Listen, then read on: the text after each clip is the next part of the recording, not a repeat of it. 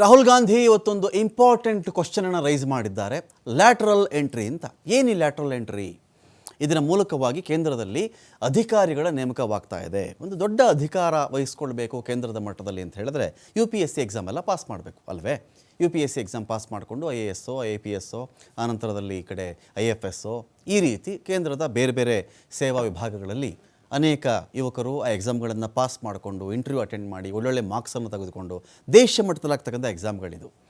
ಇದರಲ್ಲಿ ಒಂದೊಂದು ಮಾರ್ಕ್ ಕೂಡ ಬಹಳ ಇಂಪಾರ್ಟೆಂಟ್ ಆಗುತ್ತೆ. ಸೊ ಅದೆಲ್ಲ ಪಾಸ್ ಆಗಿ ಒಂದಷ್ಟು ಹುದ್ದೆಗಳಿಗೆ ಬರ್ತಾರೆ. ರಾಹುಲ್ ಗಾಂಧಿ ಏನು ಹೇಳಕ್ಕೆ ಹೊರಟಿದ್ದಾರೆ ಅಂದರೆ, ಈ ಥರದೊಂದು ಪ್ರೊಸೀಜರ್ ಇತ್ತಲ್ಲ, ಎಲ್ಲ ಪ್ರೊಸೀಜರ್ಗೆ ಇವರು ಬ್ರೇಕ್ ಹಾಕ್ತಾ ಇದ್ದಾರೆ ಕೇಂದ್ರದವರು.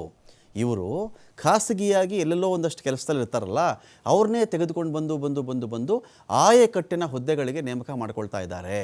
ಅಂದರೆ ಒಬ್ಬ ಮನುಷ್ಯ ಈ ಥರ ಎಕ್ಸಾಮನ್ನು ಬರ್ಕೊಂಡು 5 ವರ್ಷ 10 ವರ್ಷ 15 ವರ್ಷ 20 ವರ್ಷ ಸೇವೆ ಮಾಡಿಕೊಂಡು ಬಂದು ಒಂದು ಪೊಸಿಷನಲ್ಲಿ ಕೂತ್ಕೊಳ್ತಾ ಇದ್ದ, ನೇರವಾಗಿ ಅವ್ರಿಗೆ ಎಂಟ್ರಿ ಕೊಡಿಸ್ತಾ ಇದ್ದಾರೆ ಇವರು. ಯಾರೋ ಆಚೆಯಿಂದ ಕರ್ಕೊಂಬಂದು ಒಬ್ಬನು ಕೂರಿಸ್ತಾ ಇದ್ದಾರೆ ಅಲ್ಲಿಗೆ.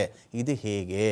ಇದೇ ಗತಿ ಆಗಿಬಿಟ್ರೆ ಮೀಸಲಾತಿನೇ ಕಿತ್ಕೊಂಡಂತೆ ಇದು ಕೇಂದ್ರ ಸರ್ಕಾರದ ದೇಶ ವಿರೋಧಿ ಹೆಜ್ಜೆ ಅಂತ ಹೇಳಿ ರಾಹುಲ್ ಗಾಂಧಿ ಮಾತಾಡಿದ್ದಾರೆ. ಲ್ಯಾಟ್ರಲ್ ಕ್ರಮದಿಂದ ಏನಾಗುತ್ತೆ? SC ST ಹಿಂದುಳಿದವರ ಮೀಸಲಾತಿಗೆ ಖೋತಾ ಬಂದುಬಿಡುತ್ತೆ. ಅದೇ ಹೊರಟು ಹೋಗುತ್ತೆ. ಇಲ್ಲಿ ಸರ್ಕಾರಿ ಅಧಿಕಾರಿಗಳನ್ನು ಇವರು RSS ಮೂಲಕನೇ ನೇಮಕ ಮಾಡಿಕೊಳ್ಳುವಂಥ ಹುನ್ನಾರ ಮಾಡ್ತಾ ಇದ್ದಾರೆ. ನೋಡಿ, ವಿವಿಧ ಸಚಿವಾಲಯಗಳಲ್ಲಿ ಈಗಾಗಲೇ ಒಂದು ಸಚಿವಾಲಯದಲ್ಲಿ ಒಬ್ಬ ವ್ಯಕ್ತಿ ಕೆಲಸ ಮಾಡಬೇಕು ಅಂದರೆ IAS ಲೆವೆಲಲ್ಲಿ ಸಾಕಷ್ಟು ವರ್ಷಗಳ ಅನುಭವ ಇದ್ದು ಅವರಲ್ಲಿಗೆ ನೇಮಕ ಆಗ್ತಾಯಿದ್ರು. ಈಗ ಆ ಥರ ಅಲ್ಲ. 45 ಜನ ಎಕ್ಸ್ಪರ್ಟ್ಸನ್ನು ತೊಗೊಂಬಿಡೋದು. ಈಗ ಎಕ್ಸಾಮ್ ಥ್ರೂ ಅಲ್ಲ, ಇದು UPSC ಎಕ್ಸಾಮ್ ಥ್ರೂ ಅಲ್ಲ. ಎಕ್ಸ್ಪರ್ಟ್ ಇದ್ದಾನೆ, ಈ ಫೀಲ್ಡಲ್ಲಿ ಎಕ್ಸ್ಪರ್ಟ್ ಇದ್ದಾನೆ, ತಂದು ಅವನ್ನ ಸಚಿವಾಲಯದಲ್ಲಿ ಕೂರಿಸ್ಬಿಡು. ಡೈರೆಕ್ಟ್ ಅಲ್ಲಿಗೆ ಯಾವ ಎಕ್ಸಾಮು ಬೇಕಾಗಿಲ್ಲ, ಅಲ್ಲಿಗೆ ಬಂದು ಸೇರಿಸ್ಕೊಂಡ್ರಾಯ್ತು. ಈ ತರಹದ ಸೇರ್ಪಡೆಗೆ ಪಿತೂರಿ ನಡೀತಾ ಇದೆ ಇದೀಗ. ಲ್ಯಾಟ್ರಲ್ ಎಂಟ್ರಿ ಮೂಲಕ ನೇಮಕಾತಿ ಮಾಡೋದಕ್ಕೆ ಯಾವುದೇ ಕಾರಣಕ್ಕೂ ನಾವು ಬಿಡೋಲ್ಲ. ಮೀಸಲಾತಿ ಹೊರಟೋಗುತ್ತೆ. SCಗೂ ಇಲ್ಲ, STಗೂ ಇಲ್ಲ, ಹಿಂದುಳಿದವ್ರಿಗೂ ಇಲ್ಲ, ಯಾರಿಗೂ ಇಲ್ಲ. ಆಯಾ ಇಲಾಖೆಗಳ ತಜ್ಞ ಅಂತ ಒಬ್ಬ ಇರ್ತಾನಲ್ಲ, ಆ ತಜ್ಞನ ತಂದು ಅಲ್ಲಿ ಕೂರಿಸ್ಕೊಳ್ತಾ ಇದ್ದಾರೆ ಇವರು.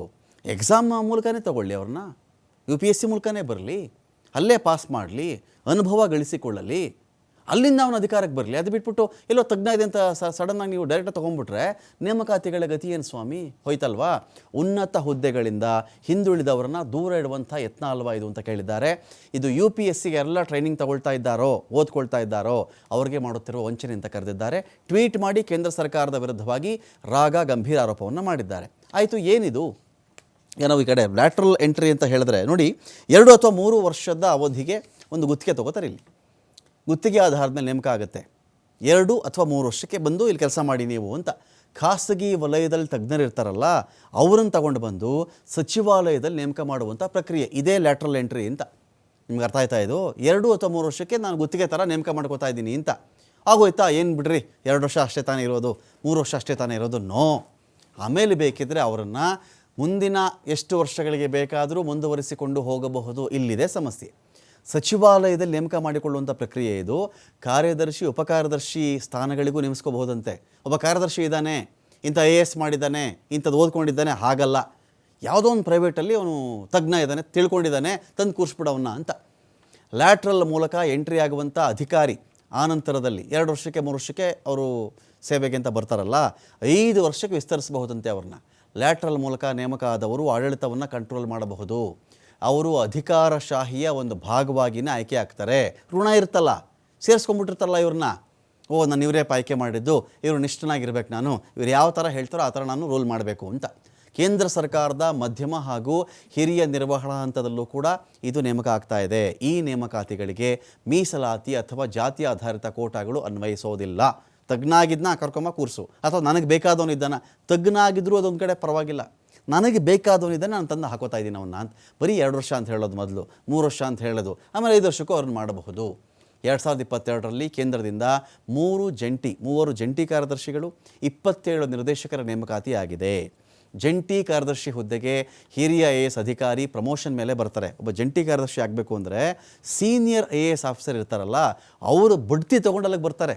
ಜಂಟಿ ಕಾರ್ಯದರ್ಶಿ ಹುದ್ದೆ ಸರ್ಕಾರದ 3ನೇ ಅತ್ಯುನ್ನತ ಶ್ರೇಣಿಯ ಹುದ್ದೆ ಅದು. ಅಂತಹ ಜಾಗಕ್ಕೆ 3ನೇ ಒಂದು ಸರ್ಕಾರದ ಮಟ್ಟದಲ್ಲಿ 3ನೇ ಅತ್ಯುನ್ನತ ಶ್ರೇಣಿಯ ಹುದ್ದೆಗೆ ಯಾರನ್ನು ಬೇಕೋ ಅವ್ರನ್ನ ಆಯ್ಕೆ ಮಾಡ್ಕೊಂಡು ತಂದು ಕೂರಿಸ್ಕೊಂಡ್ಬಿಡ್ತಾ ಇದ್ದಾರಲ್ಲ, ಇದು ಹೇಗೆ?